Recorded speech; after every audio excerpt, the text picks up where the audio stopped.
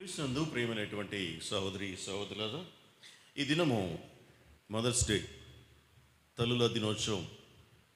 తల్లులను జ్ఞాపకం చేసుకుంటూ దేవుని స్తుతించడానికి దేవుడు మనకిచ్చినటువంటి ఒక అవకాశం. సృష్టిలో తల్లి ఎంతో గొప్పది. పక్షుల్లోనైనా, జంతువుల్లోనైనా, మనుషుల్లోనైనా తల్లి చేసేటువంటి త్యాగము, తల్లి చూపించేటువంటి ప్రేమ మరి ఎక్కడ దొరకదు ఈ లోకంలో. కొంతమంది అంటారు, తల్లి యొక్క పాత్రను గురించి చెప్తూ దేవుడు తాను ప్రతి కుటుంబంలో ఉండలేక తల్లిని పంపించాడు అని అంటారు కొంతమంది, అంటే క్రైస్తవేతరులు. అంటే తల్లి యొక్క ప్రాముఖ్యతను వారు వర్ణిస్తూ చెప్పినటువంటి మాట అది, దేవుడితోటి సమానం అని. ఇంకొన్ని మత శాఖలు అయితే తల్లి పాదాల కిందనే స్వర్గం ఉన్నది అని చెప్తారు. అంటే దాని అర్థం తల్లి యొక్క ఔన్నత్యాన్ని గురించి వివరించడమే. తల్లి ఎంత గొప్పదో దాన్ని ప్రకటించేటువంటి క్రమంలో ఆ విధంగా చెప్తారు. కాబట్టి తల్లి ప్రేమ దాన్ని కొలవలేనటువంటిది. అయితే దేవుడు దానికంటే ఒక మెట్టు పైన మాట్లాడుతూ ఉన్నాడు. ఒకరి తల్లి వానిని ఆదరించినట్లు నేను ఆదరించదును అని చెప్తూ ఉన్నాడు. ఇంకా చెప్పాలి అంటే తల్లి అయినను మరచును, కానీ నేను మరువను. అంటే తల్లి ప్రేమ గొప్పది అని లోకంలో మనం అనుకున్నప్పుడు దానికన్నా ఉన్నతమైనటువంటి ప్రేమ దేవుని ప్రేమ అనేటువంటి విషయం తెలివి చెప్పడానికి దేవుడు ఆ విధంగా అంటూ ఉన్నాడు. ఈ తల్లుల దినోత్సవానికి ఆరాధనకు కూడా వచ్చినటువంటి మీకు అందరికీ కూడాను సంఘపక్షముగా వ్యక్తిగతంగా శుభాలు తెలియజేస్తూ ఉన్నాను. ఈ దినం మనం వాక్య ధ్యానం కొరకు ఏర్పాటు చేసుకున్నటువంటి భాగం నిర్గమకాండము 2వ అధ్యాయము మొదటి 10 వచనములు మనము చదువుకున్నాం. నిర్గమకాండము 2వ అధ్యాయము మొదటి 10 వచనములు చదువుకున్నాం. ఇక్కడ మనకు ఒక విశ్వాసి అయినటువంటి తల్లి కనబడుతుంది, విశ్వాసము గల తల్లి. కాబట్టి ఈ తల్లి నుంచి మనము నేర్చుకునవలసినటువంటి పాఠాలను నేర్చుకొని వాటిని మన కుటుంబంలో, మన జీవితంలోను, మన బిడ్డలకు అన్వయించుట ద్వారా దేవుని యొక్క దీవెనలు, ఆశీర్వాదాలు పొందటానికి అవకాశం ఉన్నది. కాబట్టి చెట్టుకు కాయ అనేటువంటిది చెట్టులో ఒక భాగం. చెట్టుకు కాయ అదొక భాగం. చెట్టు దాని యొక్క ఉత్పత్తి, దాని యొక్క ఫలమే. అలాగనే మానవుని యొక్క ఉత్పత్తి వాని యొక్క ఫలం, అనగా ఫలము అంటే పిల్లలు. దేవుడు ఏదైనా వనంలో ఆశీర్వదించాడు అవను ఆదాము. ఏమని? మీరు ఫలించి అభివృద్ధి చెంది విస్తరించి భూమిని నిండించి దానిని లోపరుచుకునుడి అన్నాడు. అంతకుముందే, ఎంతకుముందు పాపములు పడకముందే దేవుడు వారికి ఇచ్చినటువంటి ఆశీర్వాదం, మీరు ఫలించాలి, వృద్ధి చెందాలి, విస్తరించాలి, భూమిని నిండించాలి. ఇది దేవుని యొక్క చిత్తం, అనాది కాల సంకల్పం. కాబట్టి అందులో భాగంగా వారికి వివాహం చేస్తే, వివాహము చేసిన తర్వాత దేవుడు వారిని ఆశీర్వదించినటువంటి ఆశీర్వాదం ఇది, మీరు ఫలించాలి అనేటువంటిది. కాబట్టి మానవుని యొక్క ఫలము సంతానం, మీరు ఫలించాలి అన్నారు. కాబట్టి అమ్మలేనిదే ఈ లోకంలో పిల్లలు లేరు, అమ్మలేనిదే ఫలము లేదు, పిల్లలు లేరు. తండ్రి కుటుంబానికి ధైర్యం, అమ్మ కుటుంబానికి ఆశీర్వాదం, అమ్మ కుటుంబానికి దీవెన, అమ్మ కుటుంబానికి అభివృద్ధి. మనమందరము కూడాను అమ్మ ద్వారాగానే ఈ లోకంలోనికి వచ్చాం. మనతో పాటు మన ప్రభు అయినటువంటి యేసుక్రీస్తు లోకరక్షకుడు, మానవులను రక్షించడానికి ఆయన అమ్మలో నుండే ఈ లోకంలోనికి నరావతారిగా వచ్చాడు. భూమిని తల్లితోటి పోలుస్తారు లోకస్తులు, భూమాత అంటారు. ఎందుకు అనగా భూమి పంటనిస్తుంది. భూమి జీవాన్ని దాచుకొని ఆ జీవాన్ని పంట రూపంలో మనకిస్తుంది, ఫలితాన్ని ఇస్తుంది, ఫలాన్ని ఇస్తుంది. భూమి విత్తనము తనలో దాచుకొని ఫలాన్ని ఇచ్చేటువంటిది భూమి. అదేవిధంగా జీవాన్ని తనలో దాచుకొని 9 నెలలు తన కడుపులో జీవాన్ని దాచి పెంచి పోషించి ఈ లోకంలోనికి ఇస్తుంది తల్లి.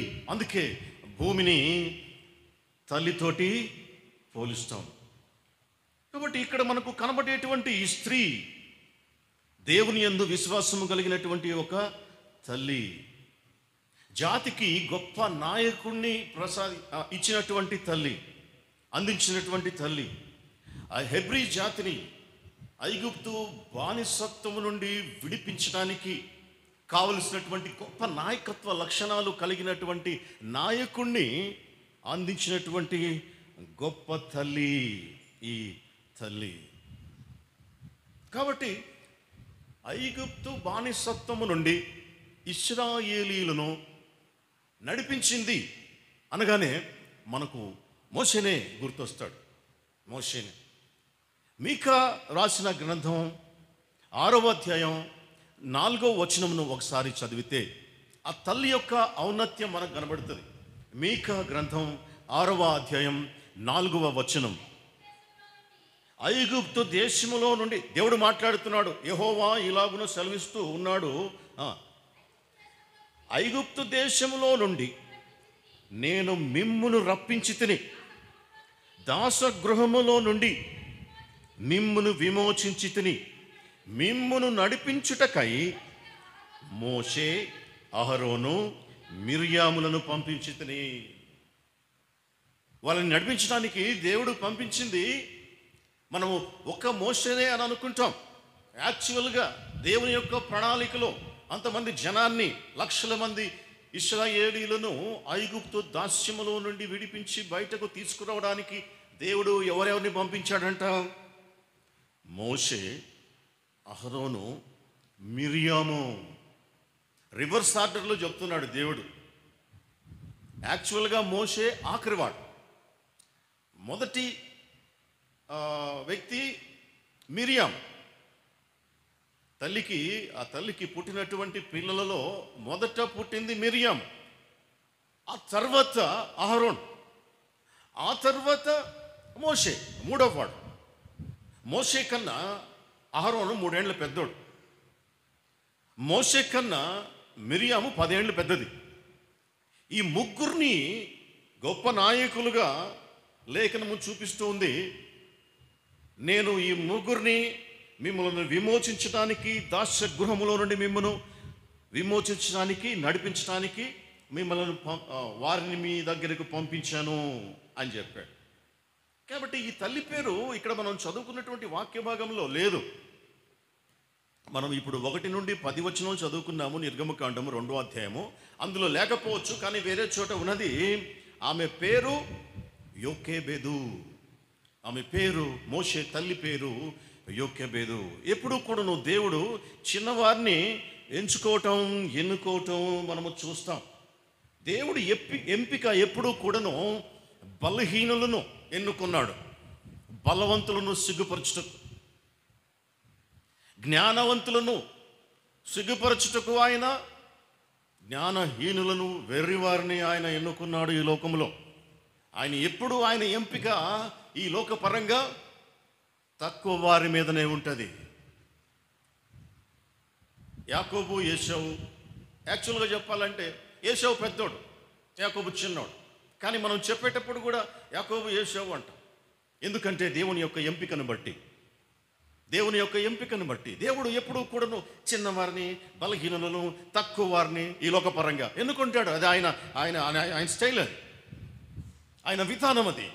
అందుకే ఎప్పుడు కూడాను మేము తక్కువను, మేము బలహీనము అని ఎవరైతే అనుకుంటారో దేవుడు వారి పక్షాన ఉన్నాడు అని అర్థం. లేఖనానుసారంగా ఏ విషయంలోనైనా నేను బలహీనుడును, నేను మానసికంగా, శారీరకంగా, ఆర్థికంగా, సామాజికంగా బలహీనులను అని అనుకుంటే ఒకవేళ దేవుడు మన పక్షమున, మీ పక్షమున, మన పక్షమున ఉన్నాడు అని అర్థం. కుటుంబంలో చాలామంది ఉన్నారు, యోషియా కుటుంబంలో చాలామంది ఉన్నారు, కానీ దేవుడు ఎవరిని ఎన్నుకున్నాడు? ఆఖరి వాడైనటువంటి దావీదుని ఎన్నుకున్నాడు. సమూయేలు కూడా అనుకున్నాడు, ఒడ్డు పొడుగు బాగా ఉన్నాడు ఈయనేమో అని. పెద్ద కుమారుడిని చూసి కాదు, రెండో కుమారుడు కాదు.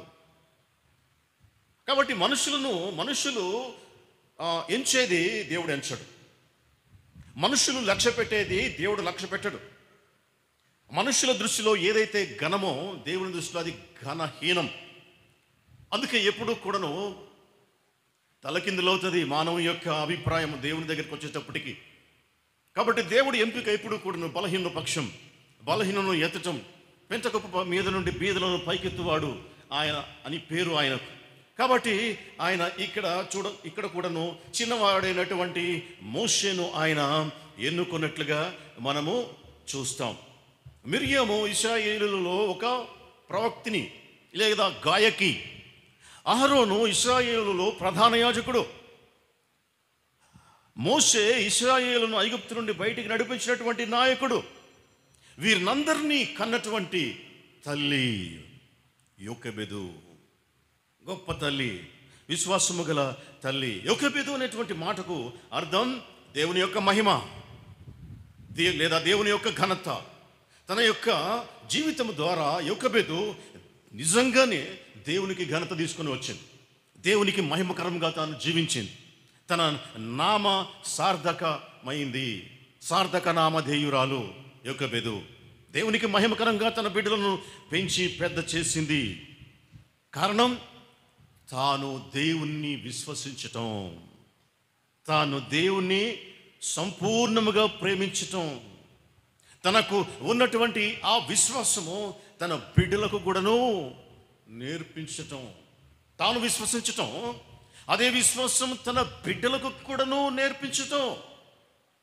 ఒకవేళ మేము తల్లులు కాదు అని ఎవరైనా అనుకుంటే పొరపడ్డది. ఎందుకంటే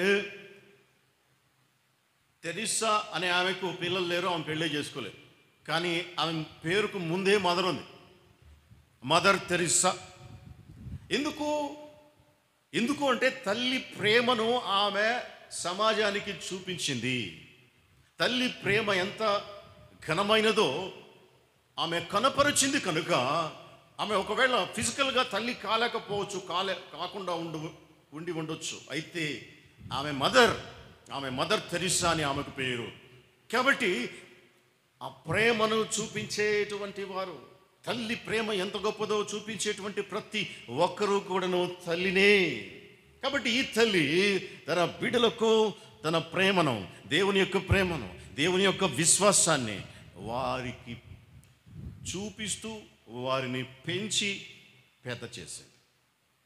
లోకంలో ఒక నానుడు ఉంది, ఏమని? మనం పిల్లల్ని కంటాము కానీ వారి రాతల్ని కంటామా అని. మనం పిల్లల్ని కంటాం కానీ వారి ఫ్యూచర్ని మనము కనలేము, వారి రాతను మనము కనలేము అని అంటారు లోకంలో.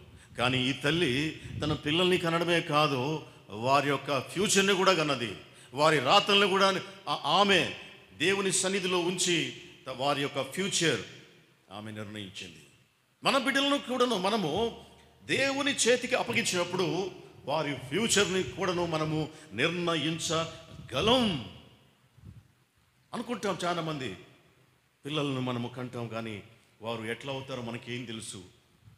ఎప్పుడు అంటే మనము దేవుని పైన విశ్వాసము సంపూర్ణంగా ఉంచనప్పుడు, దేవుని ఎడల మనకున్నటువంటి భక్తి శ్రద్ధలు ఏమాత్రము కూడా బలంగా లేనప్పుడు మాత్రమే పిల్లల యొక్క ఫ్యూచర్ని మనము కనలేము, పిల్లల యొక్క ఫ్యూచర్ మన స్వాధీనంలో లేదు అని మనము సరిపెట్టుకుంటాం. ఎప్పుడైతే దేవుని పైన సంపూర్ణంగా ఆధారపడి పిల్లల్ని కూడాను దేవుని విశ్వాసంలోనూ భయభక్తులలోనూ పెంచుతామో వారి యొక్క ఫ్యూచర్ కూడాను తల్లి మొదటగా నిర్ణయించగలదు. తల్లి తర్వాత తండ్రి. తల్లి మొదటి టీచర్ పిల్లలకి. చాలామంది సండే స్కూల్ పంపిస్తున్నాం కదా అనుకుంటారు, చాలామంది స్కూల్కి పంపిస్తున్నాం కదా అనుకుంటారు. స్కూల్కి పంపించినా సండే స్కూల్కి పంపించినా ఒక పిల్లవాడి యొక్క లేదా పిల్ల యొక్క క్యారెక్టర్ ఏ విధంగా మెరుగుపరచబడుతుంది అంటే తల్లి యొక్క పెంపకంలో. తల్లి యొక్క ప్రవర్తన ద్వారా, తల్లి యొక్క ప్రేమ ద్వారా, తను నేర్పించేటువంటి అంశముల ద్వారా ఒక పిల్లవాడు పెరిగి పెద్దోడవుతాడు. వాని యొక్క వ్యక్తిత్వము నిర్ణయించబడుతుంది. తల్లి ప్రధానమైనటువంటి పాత్ర బిడ్డలు పెరగటంలో. కాబట్టి ఈ తల్లి ఏమేమి చేస్తుందో మనం చూద్దాం. ఈ యొక్క యెకోబెదు తన యొక్క పిల్లల్ని ఏ విధంగా పెంచుతుందో, ఏ విధంగా పెంచిందో మనం చూద్దాం. ఇక్కడ మనం 2వ అధ్యాయంలో చూసినటువంటి ఈ వాక్య భాగంలో అహరోన్ విషయం కానీ మిరియాం విషయం కానీ ఉండదు. ఇక్కడ చూస్తే లేవి వంశస్థుడు ఒకడు వెళ్ళి లేవి కుమార్తెను వివాహం చేసుకునేను, ఆ స్త్రీ గర్భవతి కుమారుని కని అనేటువంటి మాట ఆ చదవడం ద్వారా మనకు అర్థమయ్యేటువంటి విషయం ఏంటంటే, ఫస్ట్ బోనం వచ్చేసి మోషే అనుకుంటాం, అంటే అట్లా ఉంది ఇక్కడ. కానీ యాక్చువల్గా అది కాదు. అంతకుముందే యెకోబెదుకు ఒక కొడుకున్నాడు, ఒక కూతురు ఉంది. 3వ సంతానం ఆమె గర్భవతిగా ఉన్నది. ఆమె 3 అంశములు తన పిల్లల ఎడల తాను నెరవేర్చింది. మొదటిది, ముందు మనము దేవుని యందు విశ్వాసం ఉంచటం, అనగా తల్లి లేదా తండ్రి, తల్లిదండ్రులు దేవుని పైన సంపూర్ణంగా విశ్వాసం ఉంచటం. 2, మన బిడ్డలకు కూడాను దేవుని యందు విశ్వాసం ఎలా ఉంచాలో నేర్పించటం, దేవుని యందు భయభక్తులు ఏ విధంగా కలిగి ఉండాలో నేర్పించటం 2వది. 3వది, మన బిడ్డలను దేవునిలో పెంచటం లేదా దేవునికి అప్పగించటం, దేవుని చేతికి అప్పగించేసేయటం. ఈ 3 కూడాను యెకోబెదు చేసింది కనుక వారి పిల్లలు ఉన్నతమైనటువంటి స్థితిలో గొప్ప నాయకులుగా, లక్షల మందిని నడిపించినటువంటి నాయకులుగా ఇక్కడ మనకు కనబడుతూ ఉన్నారు. కనుక ఇక్కడ ఈ 2వ అధ్యాయంలో లేవి వంశస్థుడు ఒకడు వెళ్ళి లేవి కుమార్తెను వివాహం చేసుకునేను, ఆ స్త్రీ గర్భవతి కుమారుని కని వాడు సుందరుడై ఉండుట చూచి 3 నెలలు వారిని దాచెను. మొదటి అంశం, దేవుని యందు మనము మొదట విశ్వసించటం లేదా తల్లిదండ్రులు దేవుని యందు విశ్వసించటం. సామెతల గ్రంథం 22వ అధ్యాయం 6వ వచనంలో, బాలుడు నడవవలసిన త్రోవను వానికి నేర్పుము, వాడు పెద్దవాడైనప్పుడు దాని నుండి తొలగిపోడు అనంది. ఎవరు నేర్పించాలంట? ఎవరికి చెప్తున్నాడు ఈ మాట? సండే స్కూల్ టీచర్స్కి చెప్తున్నాడా? బాలుడు నడవవలసిన త్రోవను వానికి నేర్పుము అని సండే స్కూల్ టీచర్స్కి చెప్పటం లేదు, లేదా స్కూల్ టీచర్స్కి చెప్పటం లేదు. బాలుడు నడవలసిన త్రోవను వానికి నేర్పుము అని తల్లిదండ్రులకు చెప్తూ ఉన్నాడు దేవుడు. తల్లికి తండ్రికి చెప్తూ ఉన్నాడు. ఇప్పుడు ఏదైనా కానీ ఒకటి ఇతరులకు మనం నేర్పించాలి అంటే ముందు మనకు వచ్చి ఉండాలి. ఇప్పుడు కీబోర్డ్ నేర్పించాలి వేరే వాళ్ళకంటే నేర్పించే వానికి మంచిగా ప్లే చేయడం వచ్చి ఉండాలి. డ్రైవింగ్ ఒకరికి నేర్పించాలి అంటే ముందు నేర్పించేటువంటి వానికి డ్రైవింగ్ చేయడం బాగా వచ్చి ఉంటేనే అవతల వారికి నేర్పించడానికి అవకాశం ఉంటుంది. అదేవిధంగా మన బిడ్డలకు నడవలసినటువంటి త్రోవ ఒక తల్లి నేర్పించాలి అంటే ముందు ఏం కలిగి ఉండాలి? ఆ తల్లి ఆ మార్గము తెలిసి ఉండాలి, ఆ త్రోవ తెలిసి ఉండాలి. బాగుగా ఆ త్రోవలో ఆ తల్లి ఆ తండ్రి నడవగలిగి ఉండాలి. ఎక్కడ సమస్య ఉత్పన్నమవుతుంది అంటే, ఎక్కడ తల్లిదండ్రులు ఫెయిల్ అవుతున్నారు అంటే దానికి కారణం తల్లిదండ్రులు ఆ త్రోవలో సరిగా నడవకపోవడమే. నడవకపోగా బిడ్డలు సక్రమంగా నడవాలి అని కోరుకోవడం, అది బిడ్డలకు తెలిసిపోతుంది, అది బిడ్డలకు అర్థమైపోతుంది.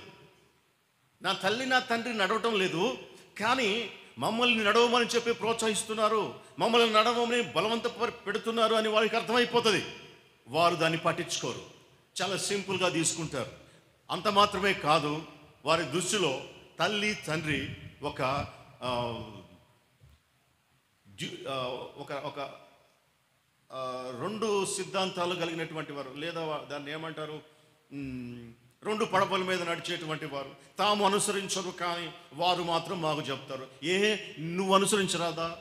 వాడు పైకి అనకపోయినా లోపల అనుకుంటారు. అనుకుని ఆ మాటలకు విలువయ్యారు, అయిపోయాయి అంతటితోటి. తల్లిదండ్రులు చెప్తారు, తల్లిదండ్రులు చెప్తానే ఉంటారు. కానీ ఎందుకు వినటం లేదు పిల్లలు అంటే కారణం వారు అందులో నడవకపోవుట చేత. ఆ త్రోవ వారికి తెలీదు, ఒకవేళ తెలిసినా అందులో నడవకపోవటం చేత. యేసు ప్రభు చెప్పాడు కదా, ఆ త్రోవ ఏదో యేసుప్రభు చెప్పాడు, నేనే అన్నాడు. నేనే మార్గమును అన్నాడు. అయితే ఆ మార్గంలో మనము ముందు నడుస్తూ మన పిల్లలను చేయి పట్టుకుంటే వారు కూడా నడుచుకుంటూ వస్తారు.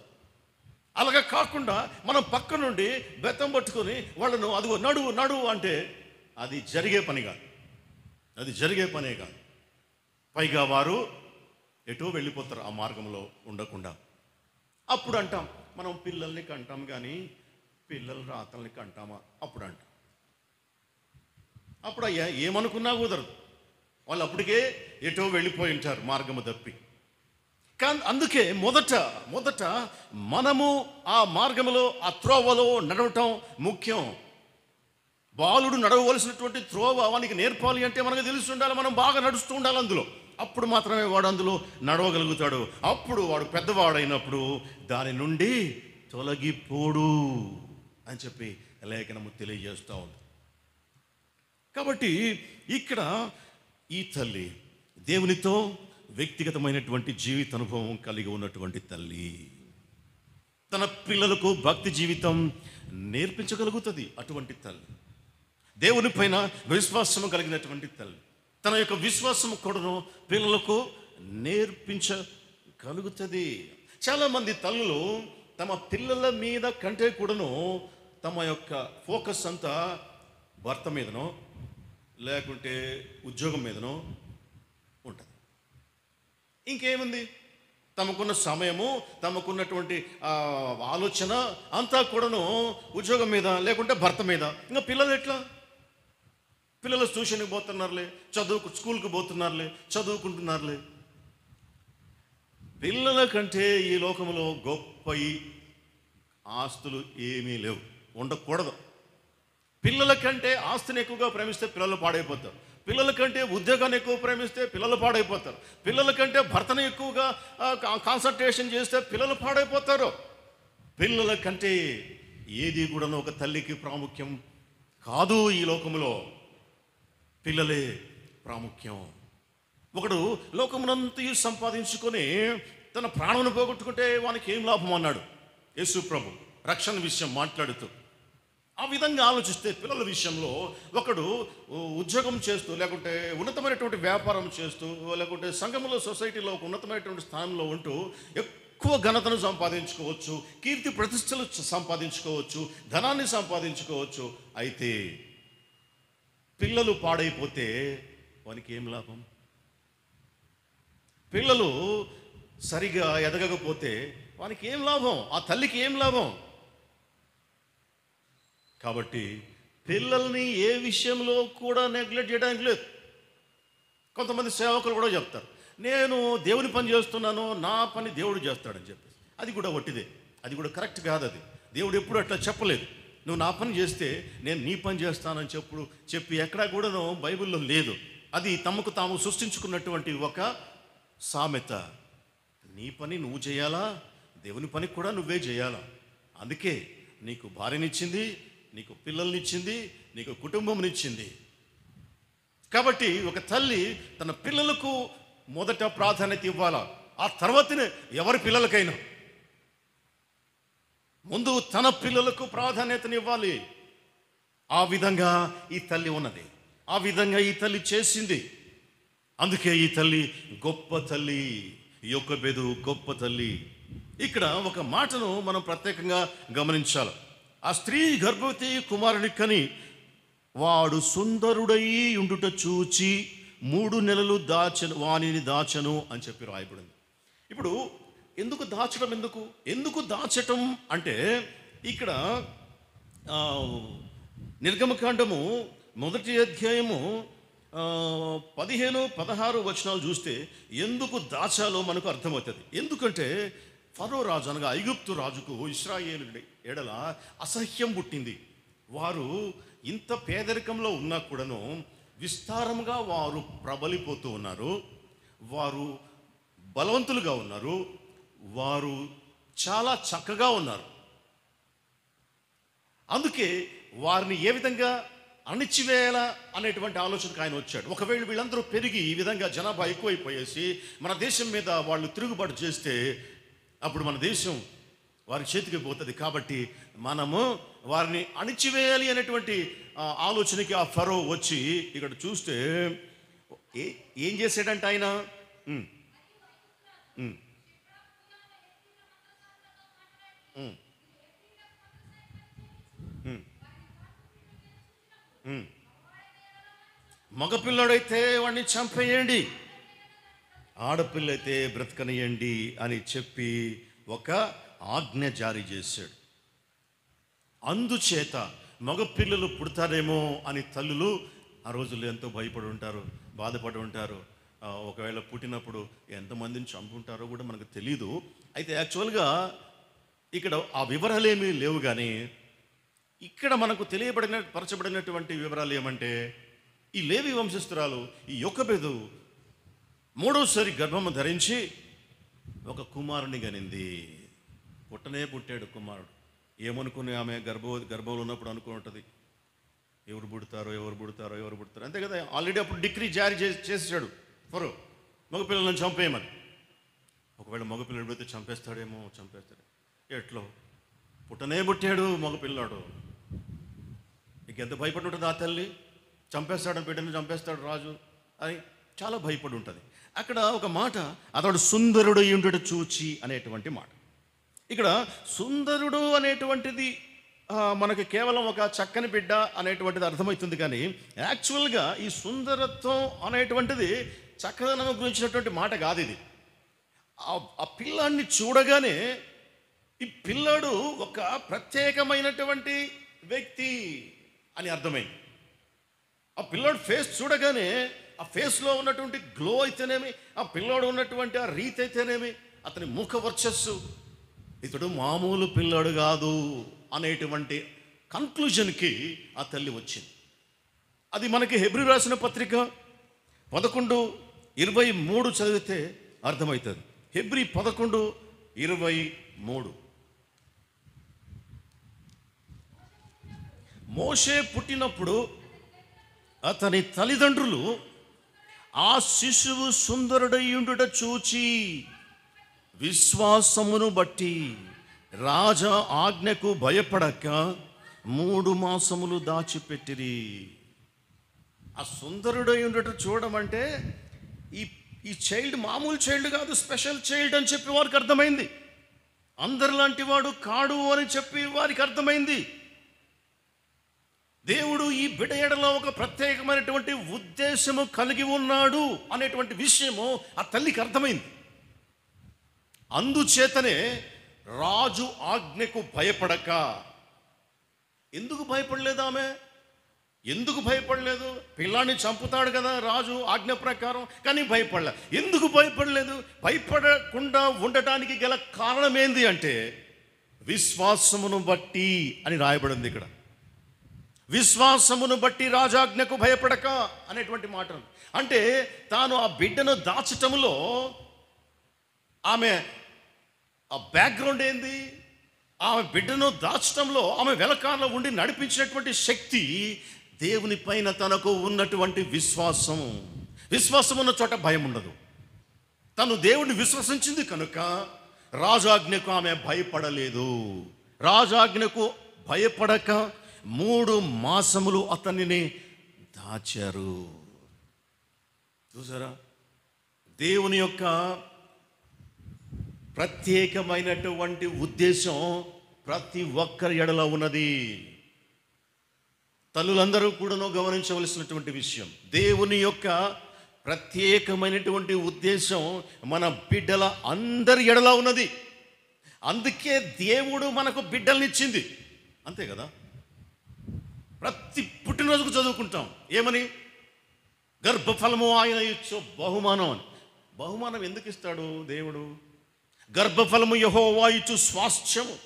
స్వాస్థ్యం ఎందుకు ఇస్తాడు? స్వాస్థ్యము ఎట్టంటే వదిలిపెట్టేసి పిల్లల్ని పట్టించుకోకుండా ఉండటానికా? వారిని సరైనటువంటి మార్గంలో నడిపించకుండా ఉండటానికా? దేవుడు ఎందుకు ఇస్తాడు అంటే, వాని ఎడల ప్రత్యేకమైనటువంటి ఉద్దేశము ఉన్నది కాబట్టే పిల్లలను దేవుడు ఇస్తాడు. అది మనం ఎప్పటికీ కూడా మర్చిపోకూడదు. ఎందుకంటే ఆయన గర్భములో ఉండగానే చూశాను అని 139వ కీర్తనలో అన్నాడు. గర్భములో రూపింపబడక ముందే నిన్ను ఎరిగితిని అని చెప్పేసి ఇర్మియా 1వ అధ్యాయం ఇర్మియా తోటి అన్నాడు. నువ్వు పుట్టకముందే నాకు తెలుసు, గర్భంలో నిన్ను రూపింపబడక మునిపే నిన్ను నేను ఎరిగితిని. ఎందుకు చూశాడు ఆయన? ఎందుకు ఎరిగాడు ఆయన? నియమించబడిన దినములలో ఒకటైనా కాక మునిపే నీ కన్ను నన్ను చూసింది. ఎందుకు? ఒక ప్రత్యేకమైనటువంటి ఉద్దేశం ఉండబట్టే కదా. ప్రతి ఒక్కరి ఎడల దేవునికి ఉద్దేశం ఉంది. అయితే ఆ ఉద్దేశాన్ని మనం గ్రహించలేకుండా, దేవుని చిత్తాన్ని మనం గ్రహించలేకుండా మనం ఉండుట చేత పిల్లలు ఎటు వెళ్ళిపోతారు. దేవుని చిత్తం గ్రహించక వారు పాడైపోతారు. కానీ దేవునికి ప్రతి ఒక్కరి ఎడల తన చిత్తం ఉంది. ప్రతి ఒక్కరు కూడాను ప్రత్యేకమైనటువంటి పిల్లలే దేవుని దృష్టిలో. అందుకే ఈ లోకంలో వారిని ఇంకాను జీవింపజేస్తూ ఉన్నాడు, మనల్ని జీవింపజేస్తూ ఉన్నారు. మన ఎడల ఆయనకు ప్రత్యేకమైన చిత్తం ఉంది, మన పిల్లల ఎడల కూడా ఆయనకు ప్రత్యేకమైనటువంటి ఉద్దేశం ఉన్నది.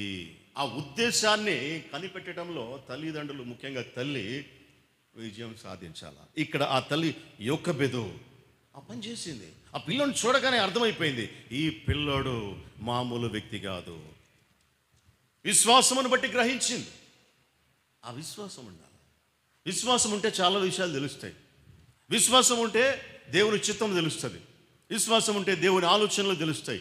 విశ్వాసం ఉంటే దేవుని మార్గంలో మనం నడుస్తాం, మన పిల్లలను కూడా నడిపించగలుగుతాం. ఆ విధంగా ఈ తల్లి నడిపించడానికి 3 నెలలు మగపిల్లని దాచిపెట్టింది. 3 నెలలు దాచిపెట్టింది. ఆ తర్వాత ఆమె దాచలేకపోయింది. ఎందుకంటే 3 నెలల తర్వాత పిల్లాడు పాకుతాడు, ఏడుస్తాడు, ఆడుకుంటాడు, అందరినీ చూచి గుర్తుపడతాడు. కాబట్టి ఇక పిల్లల్ని దాచిపెట్టడం అసాధ్యం. కాబట్టి ఆమె విశ్వాసము ఆ బిడ్డను 3 నెలలు దాచిపెట్టింది. దేవునికి విధేయులవటం, దేవుని మాటకు విధేయులవటం. దేవుని ఎడల మనకు విశ్వాసం ఉంటే ఆయనకు విధేయత చూపించడం ఏంటిదో మనం గ్రహించగలుగుతాం. నమ్మకం ఉంటే సరిపోదు. ఆ నమ్మకం నిజమైనటువంటి విశ్వాసం అని చెప్పి దానికి ముద్రేయాలంటే దేవుని మాటకు విధేయత చూపించాల. ఆ విధేయత మనకు కనబడుతుంది ఇక్కడ. దేవుని మాటకు విధేయత. పేతురు అంటాడు, మేము మనుషులకు లోబడాలనా మీకు లోబడాలనా? దేవునికి లోబడాలనా మీకు లోబడాలనా? ఆ శాస్త్రులు, పరిసయ్యులు, వాళ్ళందరూ మత పెద్దలందరూ పట్టుకొని వాళ్ళు బాగా కొట్టి వారికి చెప్తారు, ఇక మీదట యేసు క్రీస్తు నామమును మీరు ప్రకటించకూడదు అని చెప్పినప్పుడు అపొస్తలుల కార్యముల గ్రంథం 5:29 చదివితే అందుకు అంటారు, పేతురు అంటాడు, దేవుని మనుషులకు కాదు దేవునికే లోబడవలెను కదా. దేవునికి లోబడేటట్లుగా మన పిల్లలకు నేర్పించాలి. మనము లోబడితే మనతో పాటు వారు కూడా దేవునికి లోబడతారు. దేవుడా మనిషా అనే ప్రశ్న వచ్చినప్పుడు ఖచ్చితంగా దేవునికే లోబడాలి. ఎవరికి లోబడాలి? నువ్వు దేవునికి లోబడాలా మనిషికి లోబడాలా అనే ప్రశ్న జీవితంలో ఎప్పుడు ఎదురొచ్చినా కానీ దేవునికి లోబడటం అనేటువంటిది మనం ఫస్ట్ చాయిస్గా తీసుకోవాలి. కాబట్టి ఆ తల్లి యొక్క విశ్వాసము దేవునికి లోబడటానికి నిశ్చయించుకుంది. విశ్వాసమును బట్టి దేవునికి లోబడటానికి నిశ్చయించుకున్నది. ఈ కార్యము చేస్తే అనగా ఈ 3 నెలలు దాచిపెట్టడం అనేటువంటిది చాలా పెద్ద పని. ఈ పని కానీ బయటపడితే తనకు, తన బిడ్డకు, తన కుటుంబానికి గొప్ప థ్రెట్ కదా. తన బిడ్డను చంపుతారు, తనను చంపుతారు, ఇంకా తనకున్నటువంటి ఇంకా బిడ్డలందరినీ కూడా చంపడానికి అవకాశం ఉంది. రాజాజ్ఞను మీరేవో 3 నెలలు దాచావు అని చెప్పి అయినా కానీ ఆ భయపడలే. ఎందుకు అంటే మనుషాజ్ఞకు అనగా ఫరో ఆజ్ఞకు లోబడటము కంటే దేవుని ఆజ్ఞకు లోబడటం శ్రేష్టం అని చెప్పి తాను ఆ ప్రాముఖ్యతను గమనించింది. కనుకనే ఆ ధైర్యాన్ని తెచ్చుకున్నది. ఆ విశ్వాసం బట్టి దేవునికి లోబడింది. తర్వాత మన యొక్క పిల్లలను దేవునికి అప్పగించడం మనము నేర్చుకోవాలి. దేవునికి అప్పగించడం. ఎన్ని రోజులు దాచిపెట్టిందేమా? ఎన్ని రోజులు దాచిపెట్టింది? 3 నెలలు దాచిపెట్టింది. 3 నెలలు దాచిపెడితే ఇక ఆ తర్వాత దాచలేకపోయింది. అంతే. తల్లిదండ్రులు ఎంతకాలం దాచిపెడతారు బిడ్డల్ని? తమ కనుసన్నల్లో, తమ సర్వైలెన్స్లో ఎంతసేపు చూస్తుంటారు తల్లిదండ్రులు పిల్లల్ని? ఒక ఏజ్ వచ్చేంత వరకు చూడగలరు. ఒక ఏజ్ వచ్చేదాకానే ఆ తర్వాత వారు వెళ్ళినటువంటి ప్రతి చోటికి మనం వెళ్ళలేమో, మనము వారిని గమనించలేమో, మనము వారిని దాచలేమో. ఈ లోకములో నుండి, ఈ లోకము నుండి, ఈ లోకంలో ఉన్నవాని నుండి, అనగా అపవాది నుండి మనము వారిని దాచలేము. కాబట్టి వారి లోకంలోనికి వెళ్ళాలి, వారిని లోకంలో వదలాలి. తప్పనిసరిగా వారు ఒంటరిగానే వెళ్ళాలి. కాబట్టి ఈ తల్లి ఏం చేసింది? ఈ 3 నెలలు దాచింది, ఇక దాచలేకపోయింది. దాచలేక ఆ తల్లి చేసినటువంటి పని ఏందో మనము జ్ఞాపకం చేసుకుంటే ఏం చేసిందంటే ఆమె తర్వాత వాని కొరకు జమ్ము పెట్టె తీసుకున్నది, దానికి జిగటమన్ను పూసింది, కీలును పూసింది, అందులో పిల్లవాణి పెట్టింది, ఏటి ఒడ్డున జమ్ములో దానిని ఉంచింది. ఒక జమ్ము పెట్టి తీసుకున్నది. జమ్ము, ఎండిపోయినటువంటి జమ్ము నీళ్ల పైన తేలుతూ ఉంటుంది. జమ్ము మునిగిపోదు, నీటిపైన తేలుతూ ఉంటుంది. జమ్ముతోటి పెట్టె చేసింది. ఆ పెట్టెలోనికి నీళ్లు రాకుండా ఉండటానికి బంకమట్టి పూసింది. బంకమట్టి నీళ్ళలో పెడితే కరిగిపోతుంది, అందులో నుంచి నీళ్లు పెట్టెలోకి వస్తాయి. అందుచేత వాటర్ ప్రూఫ్గా పనిచేయటానికి కీలు అనేటువంటి ఒక కెమికల్ని పూసింది. ఇప్పుడు తారులాగా, ఇప్పుడు తారు ఉంది కదా, అట్లా కీలు.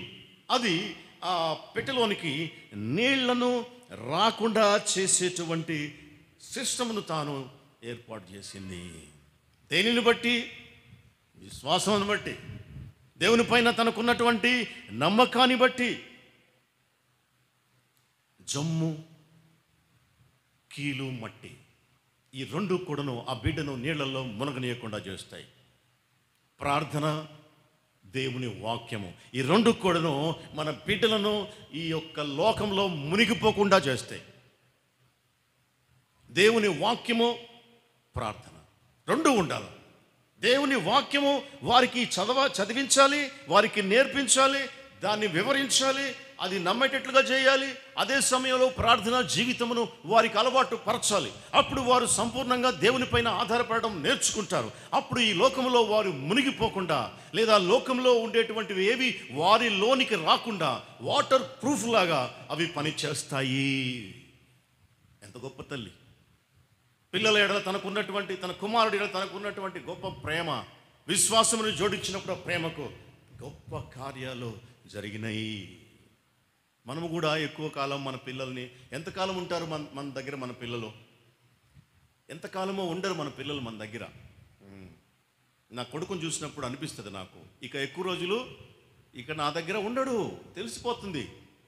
ఎందుకంటే రేపు కాలేజ్ అంటారు, కాలేజ్ ఎక్కడో సీట్ వస్తే పంపించాలి. ఆ కాలేజ్ అయిన తర్వాత ఇంకెక్కడో ఏదో ఎంఎస్ అంటే పంపించాలి. ఆ తర్వాత పెళ్లి చేయాలి, పంపించాలి. ఇక వారితోటి కలిసి ఉండేటువంటిది మనము చాలా తక్కువ. పిల్లలతోటి కలిసి ఉండేది, తల్లిదండ్రులు కలిసి ఉండేది మహా అంటే 10-15 ఏండ్లు. ఆ తర్వాత వారు మనతో కలిసి ఉండేటువంటిది ఉండదు, చాలా తక్కువ సమయం. ఈ లోపలనే మనము వారిని నడవలసినటువంటి త్రోవలో మనము నడిపించాల. ఆ తల్లి ఆ జమ్ము పెట్టెలో పెట్టి ఏట్లో వదిలేటప్పుడు, ఏటి ఒడ్డున ఆ జమ్ములో పెట్టేటప్పుడు తన మనస్సులో ఉండేటువంటి ఆ ఫీలింగ్స్ ఎట్లుండి ఉంటాయి ఒకసారి ఆలోచించండి. ఏ విధంగా ఫీల్ అయి ఉంటుంది తాను? 9 నెలలు మోసి కానీ 3 నెలలు వాణిని దాచి, 3 నెలలు వస్తే మంచిగా చూస్తారు, నవ్వుతారు, ఆడుతారు. అటువంటి ఆ పిల్లాన్ని, చక్కని పిల్లాన్ని ఒక పెట్టెలో వేసి నీళ్ళలో వదిలేయడం అంటే ఆమె ఏ విధంగా ఫీల్ అయ్యి ఉంటుంది అంటే, మనము మన బిడ్డలను తీసుకొని ఫస్ట్ టైం స్కూల్లో వదిలిపెట్టి వస్తామే, అంతకంటే ఎక్కువగా బాధపడి ఉంటుంది. ఫస్ట్ రోజు స్కూల్కి తీసుకుపోయేసి వాడు నేను పోను డాడీ, నా కొడుకు అట్టేవాడు, నేను స్కూల్కు పోను అనేవాడు. అయినా కానీ వాడిని ఏడుస్తున్నా వదిలిపెట్టేసి వచ్చేస్తే వాడి మీదనే ఉంటుంది మనసంతా. ఏం చేస్తున్నాడో వాడు, ఏం చేస్తున్నాడు కదా తల్లిదండ్రులకి. అంతకంటే ఎక్కువగా ఈమె బాధపడి ఉంటుంది. ఎందుకంటే ఆమె వదిలింది స్కూల్లో కాదు, ఆమె వదిలింది ఏట్లో, నీళ్లలో, నైల్ నదిలో, కాబట్టి ఎంత బాధపడి ఉంటుంది, అంతకంటే ఎక్కువ బాధపడి ఉంటుంది. ఇంకా ఫస్ట్ టైం హాస్టల్లో వదిలిపెట్టి మన పిల్లల్ని వచ్చేటప్పుడు ఒక తండ్రి ఒక తల్లి ఎంత బాధపడి ఉంటారో అంతకంటే ఎక్కువే బాధపడి ఉంటారు. హాస్టల్లో అయ్యో ఇంతవరకు నా పిల్లోడు ఎప్పుడూ కూడాను బయట ఉండలేదు, హాస్టల్ తిండి తినలేదు, ఎట్లుంటాడు. తల్లిదండ్రులు ఆలోచించేటువంటి ఆలోచన బాధపడతా వస్తారు కదా. అంతకంటే ఎక్కువగా బాధపడి ఉంటుంది యొక్కబెదు తల్లి, మా తల్లి. ఇంకా ఇంకా ఇంకా ఉన్నాయి కొన్ని ఉదాహరణలు చెప్పుకుందాం. ఇంకా ఎడ్యుకేషన్ కోసము విదేశాలకు పంపించేటప్పుడు ఫ్లైట్ ఎక్కిస్తూ ఉంటే తల్లి తండ్రి ఎంతగా బాధపడతారో అంతకంటే 100 times ఎక్కువగా యొక్కబెదు బాధపడి ఉంటుంది. ఎందుకంటే ఆమె ఎక్కించేది ఫ్లైట్లో కాదు, ఆమె దించేది నీళ్లలో అనేటువంటి విషయం మనము మర్చిపోకూడదు. అంతకంటే ఎక్కువగా బాధపడి ఉంటుంది. మనము బైబిల్ చదివినప్పుడు బైబిల్ క్యారెక్టర్స్ గురించి మనము చదివేటప్పుడు ఆ క్యారెక్టర్లో లీనమైపోవడం నేర్చుకోవాలి. ఊరికే చదవడం కాకుండా ఆ క్యారెక్టర్లో మనం ఉంటే మనం ఎట్లా ఫీల్ అవుతాం, అది మనకే చెప్తుంటే మనం ఎట్లా ఉంటుంది, ఆ పరిస్థితిలో మనం ఉంటే మనకు ఎట్లా ఉంటుంది అనేటువంటిది మనం కానీ ప్రాక్టికల్గా చేసినట్లయితే చాలా వరకు బాగా అర్థం కావడానికి అవకాశం ఉంటుంది. కాబట్టి ఆమె చాలా బాధపడిపోతూ ఉంది. బిడ్డలకు పెళ్ళిళ్ళు చేస్తాం, పెళ్ళిళ్ళు చేసి మగపిల్లోడి తల్లిదండ్రులను ఏడుస్తారు, ఆడపిల్లల తల్లిదండ్రులను ఏడుస్తారు. ఏడవటం అంటే సహజం. నాకు అర్థం కాలేదు చిన్నప్పుడు, వీళ్ళు ఎందుకు ఏడుస్తారు, పెళ్ళి అనేది సంతోషకరమైనటువంటిది కదా, ఎందుకు వీరు ఏడుస్తున్నారు అనేటువంటి విషయం అర్థమయ్యేది కాదు. కానీ ఆ తర్వాత పెద్దవాళ్ళమైన తర్వాత అర్థమవుతుంది ఎందుకు ఏడుస్తారో. ఇప్పటిదాకా నా కొడుకు నా చేతి కిందే ఉన్నాడే, ఇక నా చేతి కింద లేడే అని ఏడుస్తారు తల్లిదండ్రులు. పిల్లలు ఆడపిల్లల్ని, అయ్యో నా కూతుర్ని అల్లారు ముద్దుగా పెంచుకున్నానే, నా బిడ్డను అత్తగారింటికి పంపిస్తున్నా, అక్కడ ఎట్లా ఉంటుందో, నా ఇంట్లో ఉన్నట్టుంటుందో ఇంకెట్టుంటుందో ఏడుస్తారు తల్లిదండ్రులు. అంతకంటే ఎక్కువ బాధతోటి పంపిస్తూ ఉంది ఈమె, అంతకంటే ఎక్కువ బాధతోటి పంపిస్తూ ఉంది. హన్నా ఉంది. హన్నా తన కొడుకుకు పాలు మరిచేదాకా ఉంచుకుంది తన దగ్గర, అంతే కదా. పాలు ఎప్పుడు మరుస్తారు, మ్యాక్సిమం 3 ఏండ్లు, ఇంకా వేసుకున్న 6 ఏండ్లు. సరే 6 ఏండ్లు అనుకుందాం. 6 ఏండ్ల పిల్లాన్ని తీసుకుపోయేసి షిలోములో ఒక్కడే ఆడ సమూయేలు దగ్గర వదిలేసి వెళ్ళిపోయింది. ఎట్టుంటుంది ఆ తల్లికి మనసు, ఎట్టుంటుంది? 6 ఏండ్లు పాలిచ్చి పెంచి ఒక్కడనే వదిలేసి వెళ్ళిపోయింది. ఎట్లా వదిలి ఉంటుంది అంటే తాను పెంచినటువంటి విధానం, తాను విశ్వాసి కనుక, విశ్వాసి నడవలసినటువంటి త్రోవ తనకు తెలుసు కనుక తను నడుస్తుంది, తన కుమారుని నడిపించింది. ఎట్లా మనం కనిపెట్టవచ్చు అంటే ఒకే ఒక వాక్యం ఉన్నది అక్కడ. సమూయేలు మొదటి గ్రంథం ఒకసారి మనము చూస్తే ఎట్లా ఆమె బిడ్డను సాకింది అనేటువంటి విషయం మనకు అక్కడ అర్థమవుతుంది. 1వ అధ్యాయం 28వ వచనం.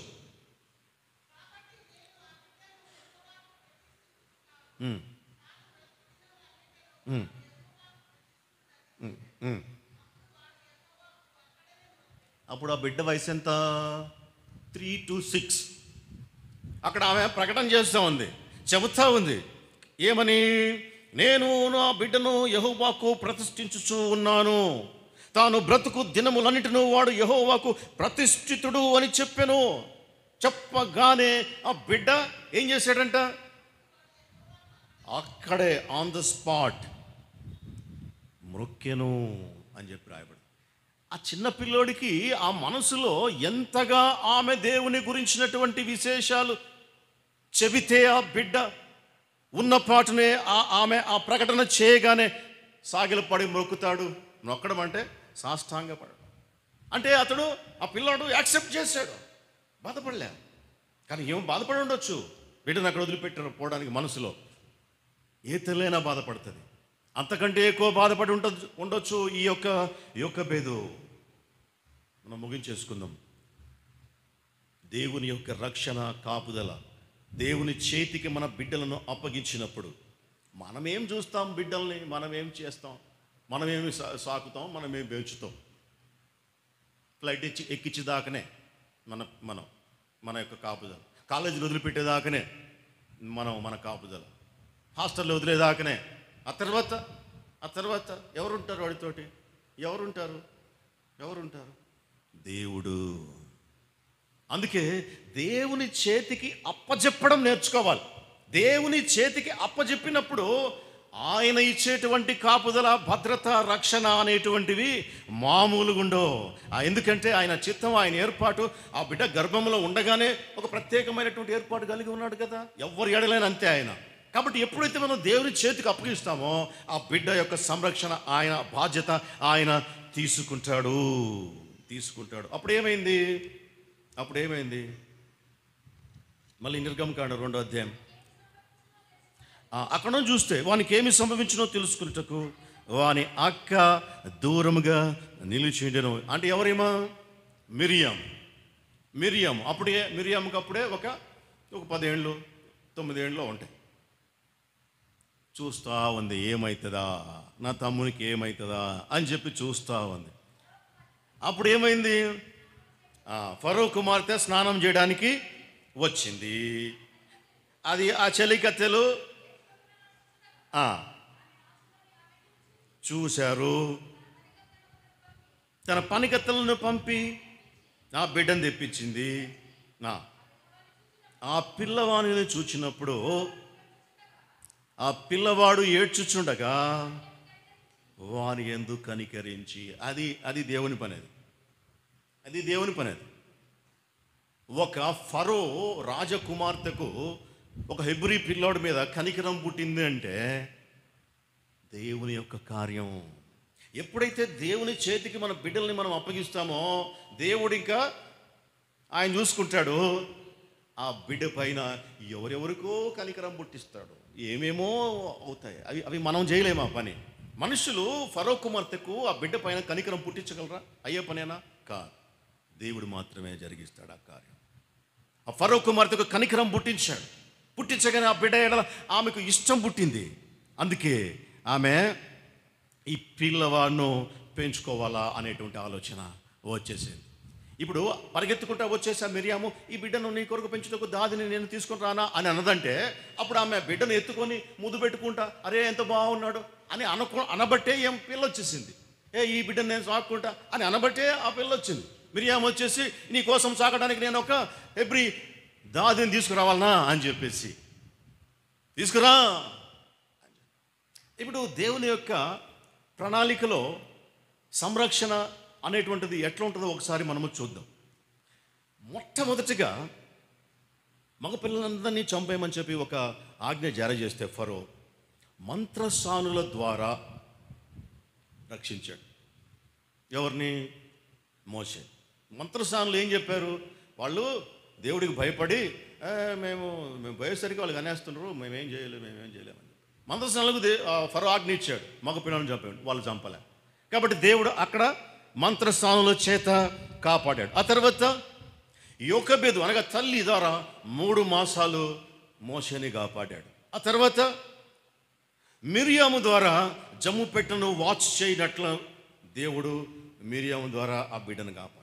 ఆ తర్వాత ఫరో కుమార్తె ద్వారా మోషేను తీసుకొని వచ్చి నేను జాక్కుంటా అనేదాకా దేవుడు కాపాడాడు. ఆ తర్వాత మళ్ళీ తిరిగి ఫరో కుమార్తె చేతుల నుండి మళ్ళా యాకోబు చేతికే వచ్చేటట్లుగా దేవుడు కాపాడు. చూడండి, అందరు స్త్రీలను ఉపయోగించుకున్నాడు దేవుడు. అందరూ స్త్రీలే, మంత్రస్థానులు స్త్రీలే, యాకోబు స్త్రీలే, మిరియాము స్త్రీయే, ఫరో కుమార్తె స్త్రీయే, తిరిగి మళ్ళా యాకోబు. చూడండి దేవుడు ఏమంటున్నాడు ఇక్కడ. ఫరో కుమార్తె ఏమంటుంది ఇక్కడ? 9వ వచనం చదవండి. ఫరో కుమార్తె ఈ బిడ్డను తీసుకుని పోయి నా కొరకు వానికి పాలిచ్చి పెంచుము, నేను నీకు జీతం ఇచ్చేదను అని చెప్పగా, ఎంత ఆశ్చర్యకరుడో ఎంత అద్భుతకరుడో చూడండి దేవుడు. ఎప్పుడైతే దేవునికి మనం లోబడతామో, ఎప్పుడైతే మనం దేవుని చేతికి మనం అప్పగిస్తాం, దేవుని కార్యం చూడండి. తిరిగి మళ్ళీ ఆమె చేతికే బిడ్డ వచ్చిండు. ఏం చెప్తుంది ఫరో కూతురు, నా కొరకు ఈ బిడ్డకు నీవు పాలిచ్చు పెంచుమో, నేను నీకు జీతం ఇచ్చేదను. తల్లి బిడ్డను పెంచితే జీతం వస్తుందా? జీతం వస్తుందా? తల్లి బిడ్డను పెంచితే జీతం వస్తుందా? వస్తుంది. దేవుడు ఇస్తాడు. ఎప్పుడైతే దేవుని చిత్తానుసారంగా మన బిడ్డలను పెంచుతామో దేవుడు గొప్ప బహుమానం ఇస్తాడు మనకు. దేవుని చిత్తానుసారంగా బిడ్డల్ని పెంచమో ఆ జీతం మనకు రాదు, ఆ జీతం మనకు క్యాన్సిల్ అవుతుంది. అప్పుడు అన్నమాట దుఃఖపడతా దుఃఖపడతా దుఃఖపడతా పోతాం. వాస్తవం ఇది. తల్లిదండ్రులు బిడ్డల గురించి చివరి దినాల్లో దుఃఖముతోటి వెళ్ళిపోతారు. ఎప్పుడు? దేవుని శిక్షణలో, దేవుని భయంలో, దేవుని భక్తిలో, విశ్వాసంలో పెంచినప్పుడు, దేవుని చిత్తానుసారంగా పెంచినప్పుడు. ఇవన్నీ చూడండి, ఇవన్నీ యాక్సిడెంటల్ లాగా కనబడతాయి మనకి. ఇవన్నీ యాక్సిడెంటల్ లాగానే కనబడతాయి. కానీ రోమిలకు రాసిన పత్రిక ఏమని రాయబడింది? రోమిలకు రాసిన పత్రిక 8:28, రోమా 8:28 ఒకసారి చదవండి. దేవుని ప్రేమించు వారికి అనగా ఆయన సంకల్పము చొప్పున పిలువబడిన వారికి మేలు కలుగుటకై సమస్తమును సమకూడి జరుగుచున్నవని ఎరుగుదుము. అది దేవుని ప్రేమించు వారికి అనగా ఆయన సంకల్పము చొప్పున పిలువబడినటువంటి వారికి. దేవుని ప్రేమించినటువంటి అర్థం ఏంటిది? ఆయన సంకల్పము చొప్పున పిలువబడినటువంటి వారు, ఆయన చిత్తానుసారంగా నడిచేటువంటి వారు, వారికి మేలు కలగటానికి సమస్తము సమకూడి ఒక ప్లాన్ ప్రకారంగా జరుగుతూ ఉన్నాయి. మనకు అవన్నీ మనకు అర్థం కాకపోవచ్చు ఈ లోకంలో. ఇక్కడ ఇవన్నీ కూడాను యాక్సిడెంటల్గానే అనిపించవచ్చు. ఇవన్నీ మంత్రసానులు, ఆ తర్వాత జమ్ము పెట్టే ఆ 3 నెలలు, ఆ తర్వాత నైల్ నది, ఆమె సరిగ్గా ఆ టైంకి అక్కడికి రావడం, చూడటం, నాకు ఇవన్నీ కూడాను ఏదో ఒక, కానీ దాని వెనకాల దేవుని సంకల్పం ఉన్నది. మనకు మేలు కలగటానికి సమస్తము దేవుడు సమకూర్చి జరిపిస్తూ ఉంటాడు. ఎప్పుడు? ఆయన ప్రేమించినప్పుడు, అనగా ఆయన సంకల్పము చొప్పున పిలవబడినటువంటి వారి లిస్టులో మనం ఉన్నప్పుడు. ఆ లిస్టులో ఆమె ఉన్నదా తల్లి? అందుకే ఇవన్నీ కూడాను తనకు సంభవించి ఒక గొప్ప తల్లిగా ఆ బిడ్డ పెద్దవాడైనప్పుడు తీసుకుపోయి ఇచ్చేసిందంట. మళ్ళీ అదే కదా రాయబడింది. ఆ బిడ్డ పెద్దవాడైన తర్వాత అంటే అర్థం ఏంటిది? పెద్దోడైన తర్వాత కాదు, అప్పుడు దాకా ఉంచుకోలే ఆమె. ఎందుకంటే మోషే విద్యలోను వాక్కులోను సకల విద్యలలోనూ ప్రవీణుడు అని చెప్పి లేఖనం తెలియజేస్తుంది మోషే గురించి. అస్తమానం యోకోబెత్ దగ్గర లేడు మోషే. ఎంతవరకు ఉన్నాడు? పాలు మరిచేంత వరకే ఉన్నాడు. పాలు ఇచ్చి పెంచుము అంటే పాలు మరిచేంత వరకే. ఆ తర్వాత తీసుకువచ్చి ఒక 6 ఏళ్ళు ఉన్నాడేమో. ఆ తర్వాత తీసుకుపోయేసి అప్పగిచ్చింది ఫరో ఇంట్లో. ఇదిగో అమ్మ నీ కుమారుడు అని అప్పగిచ్చేసేది. అప్పుడు ఆమె తీసుకొని అన్ని విద్యలు నేర్పించింది. ఈ 6 ఏళ్ళు చాలు. ఈ 6 ఏళ్ళే తన లక్ష్యాన్ని తాను నిర్ణయించుకోవడానికి. దేవుని యొక్క ఉద్దేశము, దేవుని యొక్క తలంపులు అన్నీ కూడాను ఈ 6 సంవత్సరాల్లోనే ఆ తల్లి బిడ్డకు నేర్పించేసింది. ఇది దేవుని చిత్తం నీ ఎడల. దేవుని చిత్తం నీ ఎడల ఒక ప్రత్యేకమైనటువంటి చిత్తం ఉంది. దాన్ని నెరవేర్చడానికే నువ్వు పుట్టావు. పిల్లలకు చెప్పాలా, వాళ్ళకి అప్పుడే బీజం వేయాలి. దేవుని చిత్తం నెరవేర్చడానికి నేను ఈ లోకంలోనికి వచ్చాను, ఉన్నాను అని. అందుకే మోషే విద్య అంతా ముగించుకొని బయటికి రాగానే ఒక హెబ్రీని ఐగుప్తీయుడు కొడతా ఉంటే ఐగుప్తీయుడిని చంపేస్తాడు. అంటే అంత రోషము, అంత కోపం ఎట్లా వచ్చింది? పుట్టుకతోటే పాలతోటే పెట్టిందన్నమాట ఈ తల్లి. దేవుని యొక్క ఉద్దేశము, దేవుని యొక్క చిత్తము. అది మంచి తల్లి చేయగలిగినటువంటి గొప్ప పని. బిడ్డల ఎడల ఎత్తుకొని ముద్దులాడుతూ సంతోషపడుతూ పెంచటం ఎవరైనా చేస్తారు. అనిల్ కూడా చేస్తారు. అనిల్ కూడా అంతే మనకంటే ప్రేమగా చూస్తారు పిల్లల్ని. వాళ్ళకి మనకు తేడా ఏంది? దేవుని ఉద్దేశం ఏందో పిల్లలకు తెలియజెప్పాలి. నువ్వు ప్రత్యేకమైనటువంటి పిల్లవి, ప్రత్యేకమైనటువంటి పిల్లడివి. అందరిలాగా కాదు, లోకంలో ఉన్నటువంటి పిల్లల్లాగా కాదు. నీకు దేవుని ఎడల, నీ ఎడల ప్రత్యేకమైనటువంటి ఉద్దేశం ఉంది. అది నెరవేర్చడానికి నువ్వు వచ్చావు ఈ లోకంలోనికి అని వానికి నేర్పించాలా, వారు ఆ పిల్లలకు నేర్పించాలా. అట్టి కృప పరిశుద్ధాత్మ దేవుడు ప్రతి తల్లికి సమృద్ధిగా అనుగ్రహించునుగాక. ఆమెన్. ప్రార్థన చేసుకుందాం.